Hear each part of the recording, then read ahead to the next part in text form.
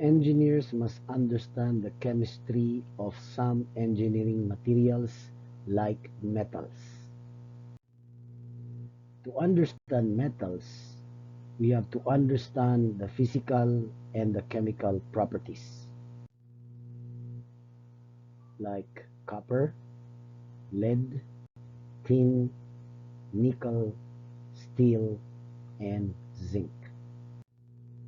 Metals have shiny and lustrous appearance. Also, they are sonorous. All metals except mercury and gallium are solid at room temperature. Metals can be light, like sodium, potassium, aluminum, and magnesium, as well as heavy also, like iron. Usually, metals are hard, but some sodium and potassium are comparatively soft.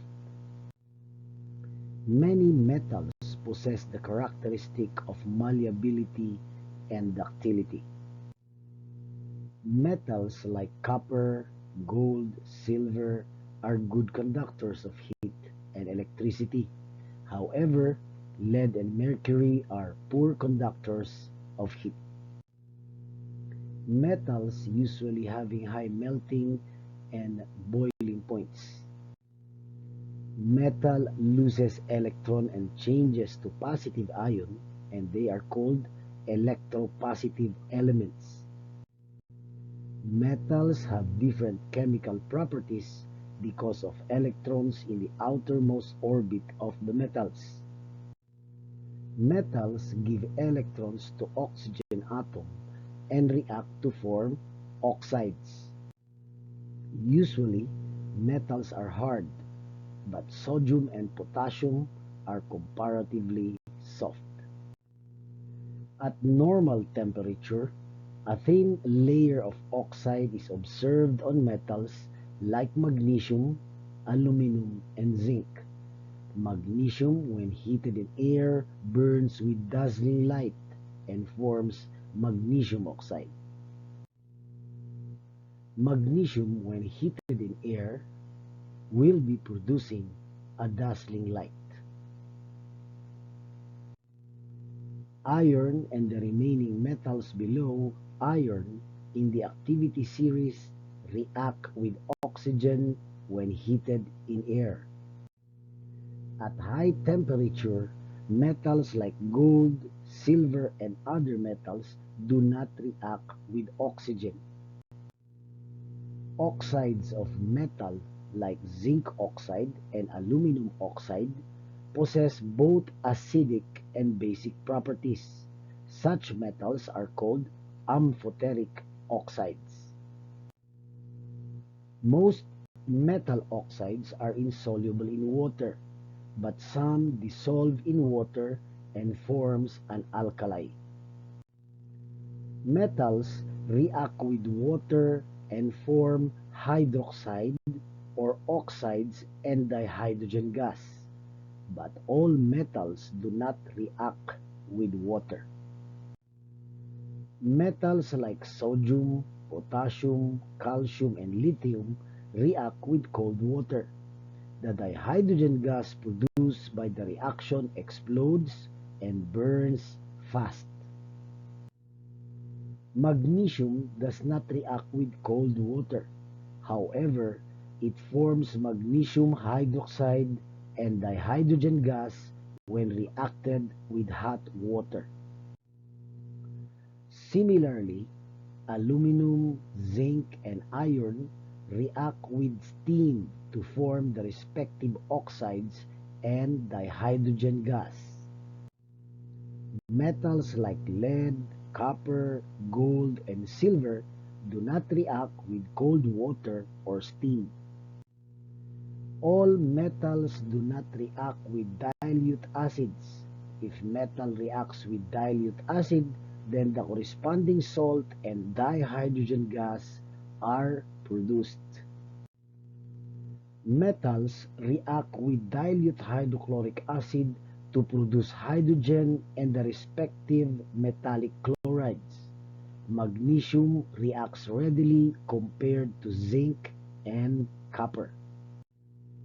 All metals except iron produce hydrogen with very dilute nitric acid along with metallic nitrates.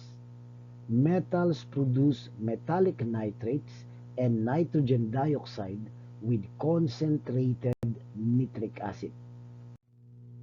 Metals react with dilute sulfuric acid to produce hydrogen and the respective metallic sulfates. Metals react with dichlorine to form the respective chloride. Metals have a tendency to lose electrons, so they react with those elements which can accept electrons. As dihydrogen does not accept electrons, active metals like sodium, potassium, calcium combine with hydrogen and form hydride of that metal. Let us study ferrous metals, its uses and their properties. Ferrous metals are alloys containing iron. Most are magnetic, though some are weak. The name ferrous comes from the Latin word ferrum. This bike is made of many types of ferrous metals. The muffler is made up of low carbon steel. The chain is medium carbon steel. The springs are high carbon steel. The brake disc is cast iron. The plastic hydraulic line are protected by braided stainless steel. The forks are chrome-plated steels. Some of the tools for making this bike would have been tungsten alloy. Let us try to take a look at these different steels and why are they used for different jobs. In the old Stone Age, it took a week to cut down a tree. But with the discovery of iron, a steel axe would do the job only in an hour. Iron had a tremendous impact on lifestyle and food production. It was one of the most important changes for mankind. Today, iron is the backbone of the world we build. It is strong, plentiful, and it is much cheaper than other metals. Iron comes from iron ore, such as hematite, which is similar to rust. It is a combination of iron and oxygen. The oxygen is removed by heating the ore with the use of coal. The carbon removes the oxygen, leaving iron, but there is still carbon left, and this affects the properties of the iron. The carbon content has to be adjusted carefully. On a second furnace, oxygen is blown through the molten iron. The oxygen burns up carbon, allowing steel makers to adjust the amount of carbon. Iron and carbon, once combined together, is known as steel. The carbon content affects the steel. The carbon content affects also the properties. We have pure iron, we have low carbon steel, we have medium carbon steel, high carbon steel, and cast iron. The low carbon is soft and is easily scratched. The high carbon is much harder So high carbon steel can cut low carbon steel. Let's talk about pure iron. Pure iron is the softest product. Pure iron can be bent into any shape desired. Once it is bent, it hardens a little. When it is bent like this, it is called wrought iron. And it is good for decoration purposes. What about low carbon steel or mild steels?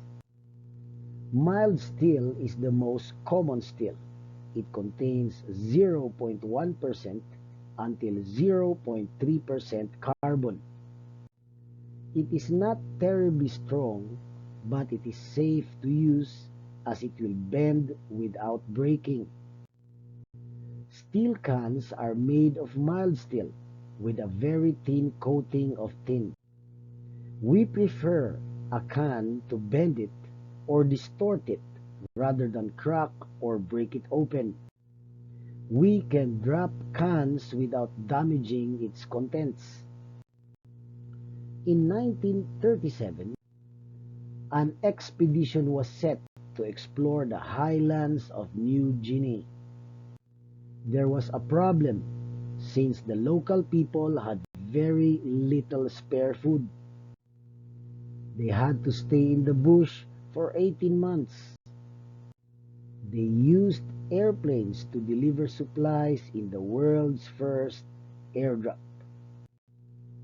The tin cans were shaken and thoroughly stirred. In today's expedition, supplies are usually done by airdrop, and the supplies are food, and these food are placed in cans so that the contents will not be destroyed. Even though the mild steel cans are bent, they are mostly able to protect the contents from spoiling. The worst that can happen is to lose the labels and end up at Lucky Picks at each night. Cars too are mostly made up of mild steel. In case of crash, we want the metal to bend and absorb the energy of the crash.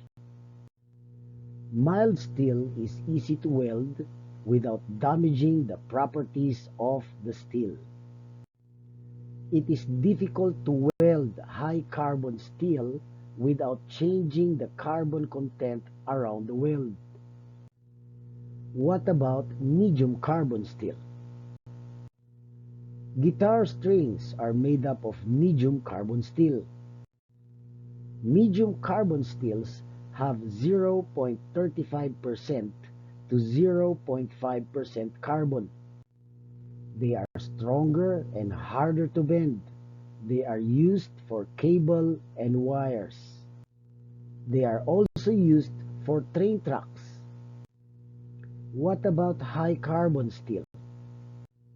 High carbon steel ranges from 0.5% to 1.5% carbon. They are almost impossible to bend without breaking. This gives the rigidity required in a needle. If you need something to stay sharp, you need high carbon steel. However, if it is too sharp, it will chip easily.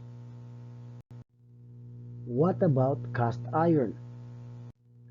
Cast iron contains a range from 2.5% to 4% carbon. It is very hard and very few things can scratch it. Disc brakes are cast iron because it does not wear easily, and when it is hot, it does not soften or distort like mild steels easily. The cast iron is brittle. You cannot afford to drop cast irons.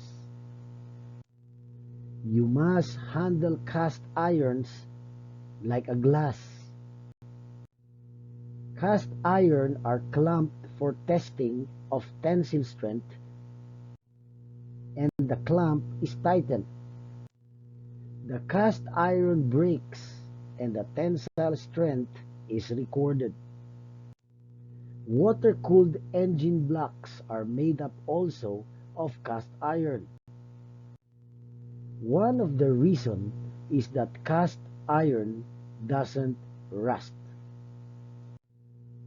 It has silicon in it as well as high carbon. So once silicon is added, it does not rust easily. Cast irons are also used outdoors. They are not made to be painted. Today, a lot of decorative cast irons are being replaced by cast aluminums. What are alloy steels? Metals such as chromium, nickel, molybdenum, tungsten, and vanadium can be added to modify the properties of the steel. These metal mixtures are called alloys. The proportions can be varied to produce the particular alloy that we want. We have steel alloys, stainless steels, chrome molybdenum, and tungsten. Stainless steels. These stainless steels contain 12 to 18% chromium and up to 10% nickel. The 18-10 label means 18% chromium and 10% nickel. The biggest advantage of stainless steel is that unlike plain steels, they do not rust easily. Plain steel, you could see the knife there. If we say plain steel, it does not contain any additives to avoid rusting.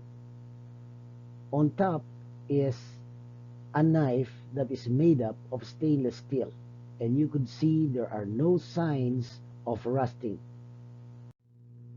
On the surface, chromium metals react with oxygen to form a very thin oxide layer which protect it from any further corrosion. Stainless steels are used a lot in food processing. Stainless steels do not rust and they do not contaminate the food. Stainless steels does have a weakness. It is corroded by caustic soda, which is known as sodium hydroxide. Stainless steels used in the hospitals has to have extra chromium in it to resist the salts in the body fluids.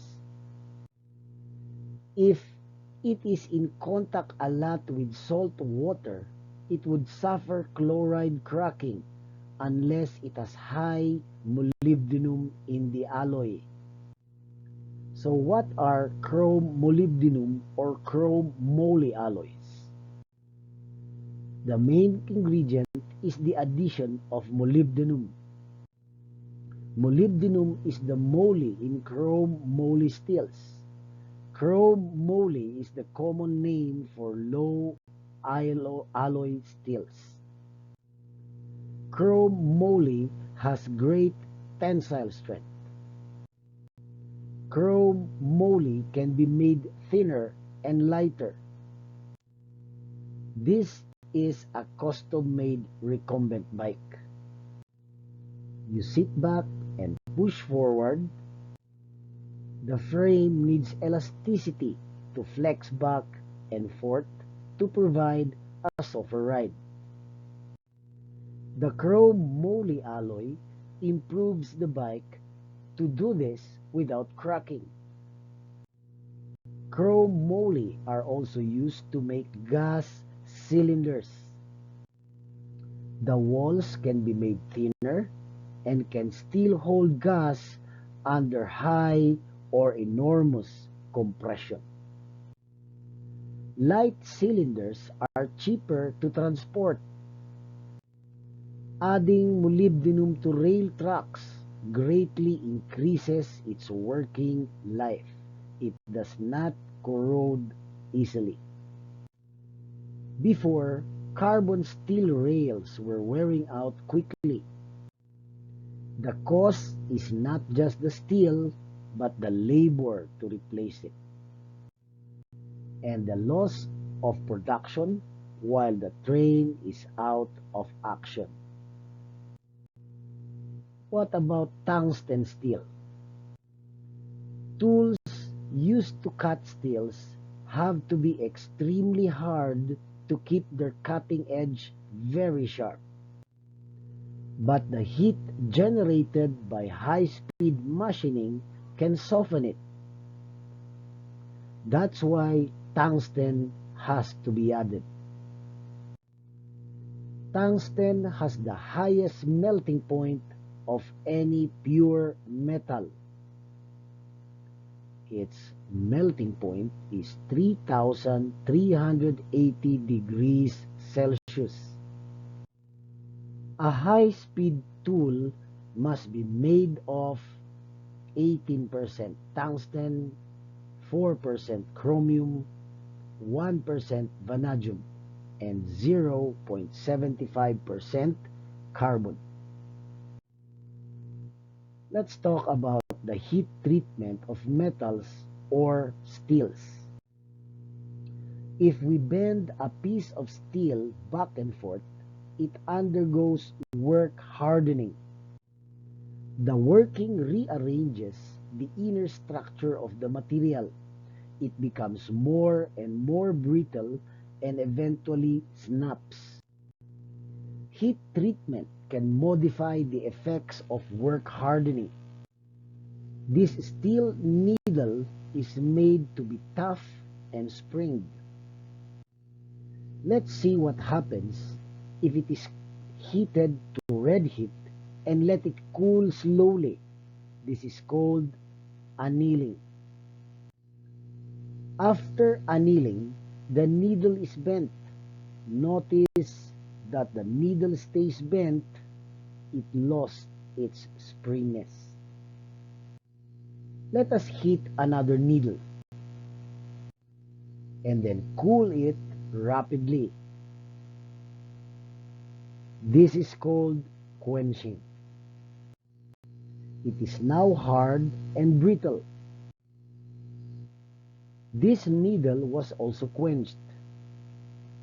Now we'll heat it moderately until it just begins to change color and then cool it moderately again. This is called tempering. Tempering removes brittleness while retaining the hardness required by the material. These golf clubs have been tempered to reduce brittleness but retain the other qualities of the steel. The crystalline structure produced by quenching is called martensitic. It was named after a metallurgist whose name was Marten. Annealing slow cooling produces a structure called austenitic.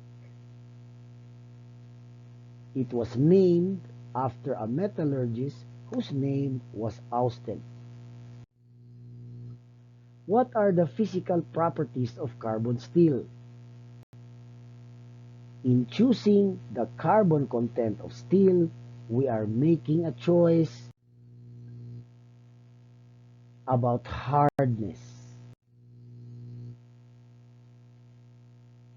strength, toughness.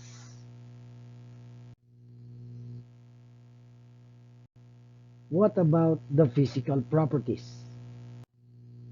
The strength and tension that is pulling force is called the tensile strength. To test tensile strength, the sample is placed into a tensionator and pulled until it breaks. The sample of a mild steel broke at about 8 kilonewtons. The cast iron breaks at about 5 kilonewtons. Although cast iron is harder, it is weaker in tension. Using a larger tensionator, it is possible to see how mild steel behaves under tension. At first, it stretches elastically. That is, it will return to its original shape when the load is removed. Then it passes its elastic limit at a yield point. Any stretching beyond the yield point is permanent. The sample breaks and then ruptures. Comparing it to the original, you can see how much it stretched. What is toughness or impact strength?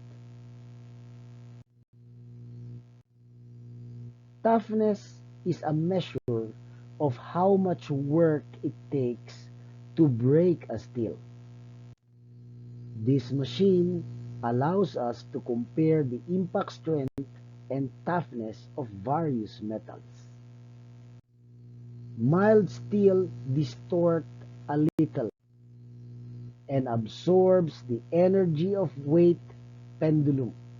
Mild steels are very tough. Cast iron snaps easily when tested in the weight pendulum.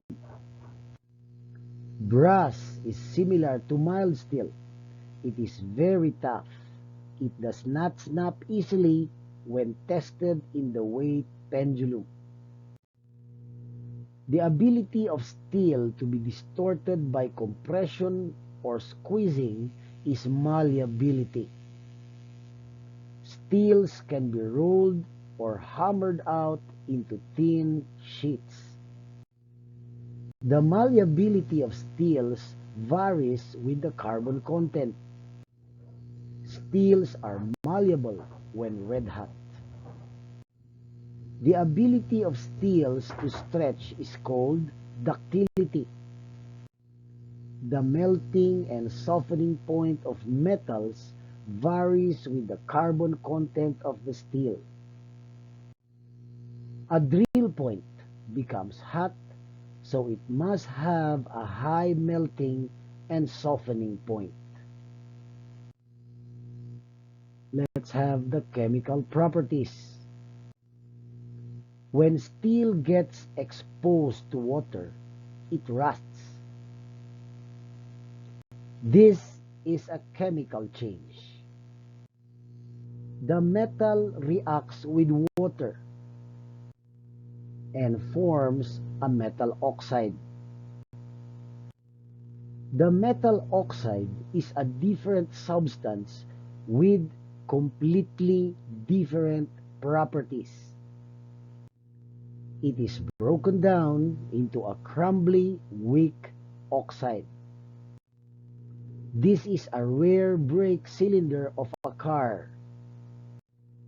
Moisture and brake fluid has rusted the surface of the cylinder. Brake fluid can make a leak pass to the piston. Brake fluid leak pass to the piston can cause the surface to rust, and this could mean brake failure. Very occasionally, surface rust is also used for artistic effect. The monument and the building behind this picture are made of steel containing copper. It is designed to form an oxide coating that protects the steel, and there is no need for painting. What is hot dip galvanizing? Steel protected from rusting is often dipped into molten zinc. This is known as hot dip galvanizing. The zinc oxide protects the steel from further corrosion. Steel sheets coated with molten zinc and aluminum alloy is known as zinc alum coating. Coating steels with chromium works the same way to protect the steel from further corrosion. This is known as chrome plating. A layer of chromium oxide prevents corrosion.